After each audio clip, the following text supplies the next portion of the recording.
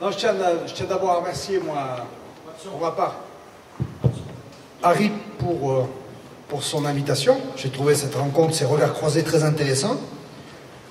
J'ai appris beaucoup de choses de la part de mes deux collègues. J'espère qu'il en a été de même pour vous. Oui. Et c'est la lutte éternelle entre deux camps, une minorité de pays puissants qui souhaitent dominer le reste du monde et l'aspiration commune à l'humanité d'émancipation, d'autodétermination, de disposer de la liberté de choisir son propre destin. C'est une lutte de tous les temps, mais qui, à mon sens, n'est pas achevée. Pour les Cubains, du moins, c'est leur quotidien depuis plusieurs décennies. Ils aspirent à construire eux-mêmes leur patrie en choisissant les modalités et le système qui leur convient, sans ingérence de la part du puissant voisin et dans le respect de la légalité internationale. Voilà ce que je peux dire en guise de conclusion. Et je réitère mon propos initial, le curry espadon était très bon.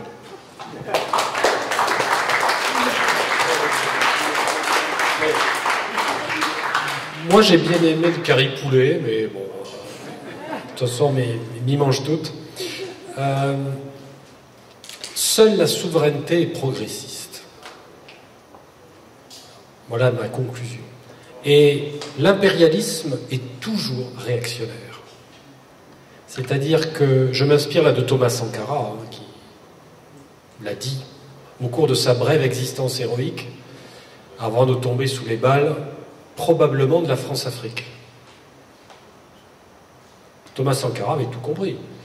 Il avait compris qu'on bâtit une société juste que lorsqu'on a un État souverain, et que pour construire un État souverain, il faut le libérer de cette gangue mortifère qu'est la dette, et le libérer aussi, bien sûr, du poids des féodalités, des capitalismes, lorsque, évidemment, ils entendent imposer aux hommes une domination dont ils ne veulent plus.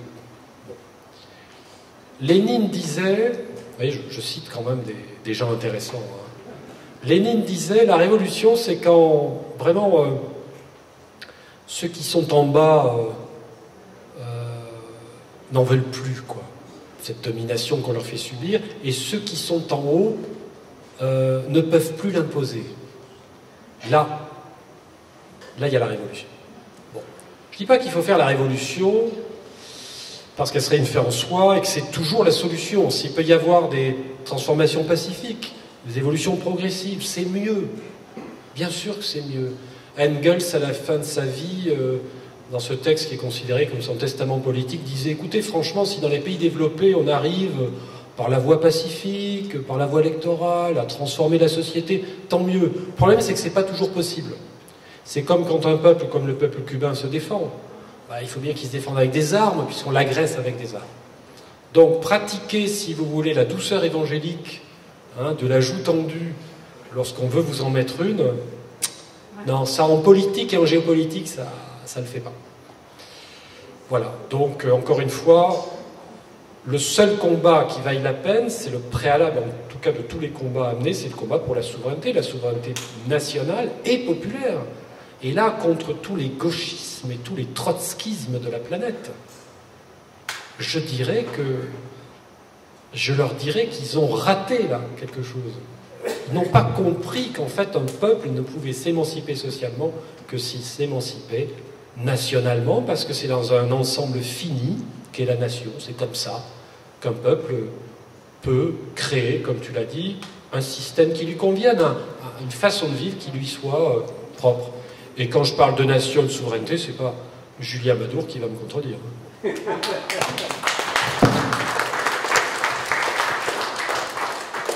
Ça a été pour moi vraiment... on n'a eu aucune coordination entre nous trois. Et j'ai l'impression, nous trois interventions, on a parlé de la même chose. On a parlé en fait de la souveraineté, de la liberté du peuple et de l'autodétermination et le choix de choisir ce qu'ils veulent, chaque peuple au monde. En effet, vous l'avez remarqué, que depuis la disparition malheureuse de l'URSS, le monde est devenu unipolaire. Et évidemment, on a trouvé tout le prétexte et les moyens pour désigner, parce qu'une fois on a éliminé le chef de cette alliance, eh bien, et après la disparition des ex-pays de l'Union soviétique, il restait les petits pays de tiers-monde. Vous l'avez remarqué, unipolaire, puissance, machin. On a commencé par l'ex-Yougoslavie. D'accord. Divisé, on a toujours eu le prétexte. Alors, les arguments, c'est extraordinaire. Ils sont devenus des plus forts au monde. Ça, il n'y a pas de souci. La Yougoslavie, et puis plus tard, il y a la Géorgie, il y a quelques tentatives aussi, et finalement la Libye, qui est toujours, ce sont des pays qui sont dans les satellites de l'Union soviétique, évidemment.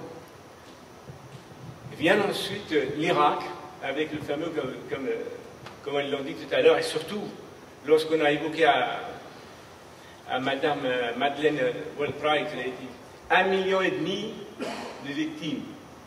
Il a dit c'est le prix de la démocratie. 1,5 million, c'est le prix de la démocratie. Vient le tour de mon pays. Qu'est-ce qu'il y a? J'espère, juste pour vous dire, je ne veux pas entrer, j'espère que c'est la dernière fois où on attaque un pays, un tout petit pays, ou en tout cas un pays qui ne partage pas forcément les valeurs géopolitiques de cet impérialisme qui n'a aucun fondement, ni humain, ni environnemental, ni sociétal, ni historique. D'accord? Que mon pays soit, parce que le dernier pays qui a souffert de cette offensive sans mesure et par tous les moyens, pour que l'humanité, et d'ailleurs je n'ai pas eu le temps de citer, c'était un prêtre syrien très connu. Il a dit peut-être, c'est un mot très sensible, la Syrie a inventé le premier alphabet qui a éclairé le chemin de l'humanité, mais peut-être à travers notre résistance, notre peut-être éventuelle victoire sur la route, on va éclairer de nouveau la voie vers la liberté, la dignité humaine et l'autodétermination du peuple. Voilà, je vous remercie.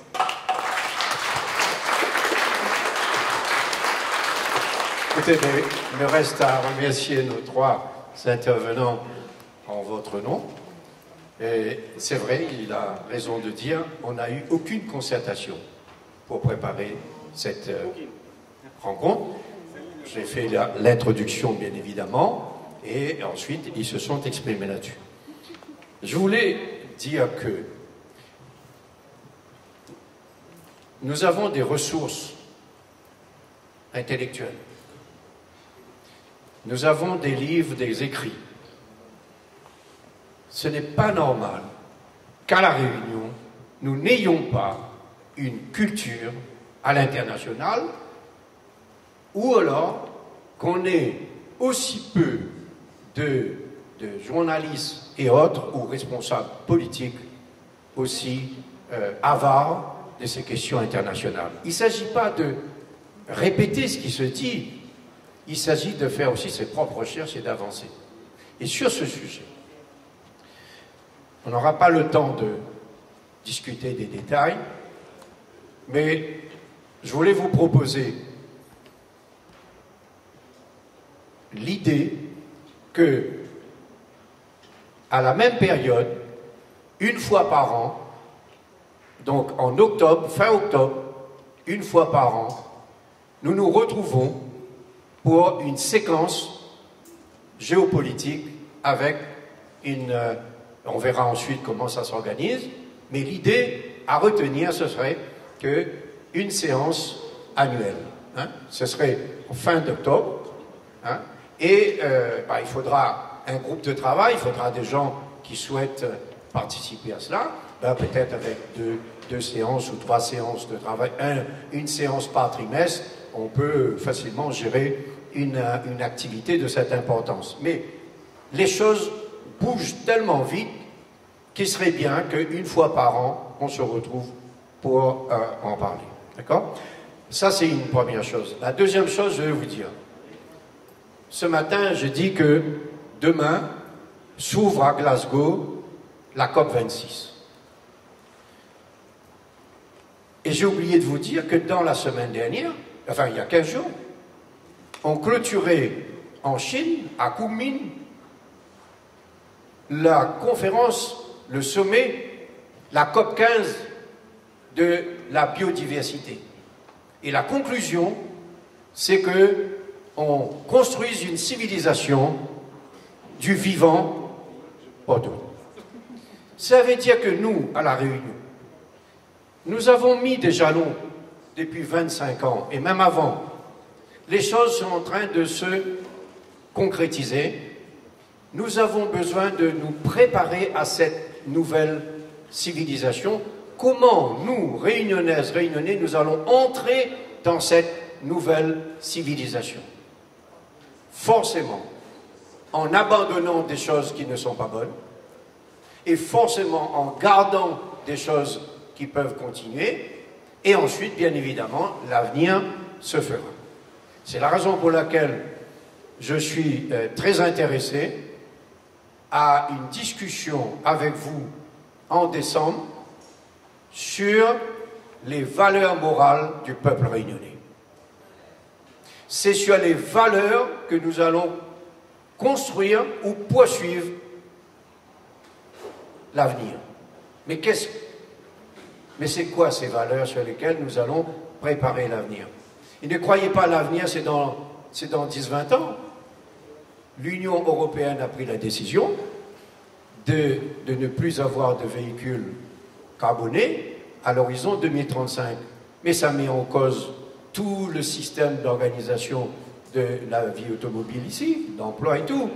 Mais il y a aussi la nécessité de rentrer dans une société décarbonée avec un horizon 2030 et ensuite 2050, on doit arriver à carbone zéro. Mais comment nous allons faire? Qui va réfléchir à ça? C'est la raison pour laquelle il y a ce qui se passe dans le monde entier, mais il y a ce qui se passe chez nous et qu'on doit voir. Et je dois dire que sur cette question, on a une spécialiste à l'université de la transition écologique et du développement durable. Mais je le rattrape tout de suite, hein? Non, sérieusement, notre société est une société jeune, construite sur un certain nombre de conditions, contraintes, et nous avons besoin de savoir comment on va passer ce cap pour aller vers ce qu'on appelle cette civilisation nouvelle. Alors, voilà, ce sont des choses, deux initiatives pour faire réfléchir, mais tout ça, ça mérite l'organisation. Vous avez donné vos coordonnées. Il y a une dame qui est partie, elle a dit que c'était très bien, elle nous a laissé aussi ses coordonnées. N'hésitez pas, il faut discuter, ce n'est pas l'acte de baptême qui nous intéresse, c'est l'avenir qui nous intéresse. Et merci beaucoup d'avoir participé à notre conférence.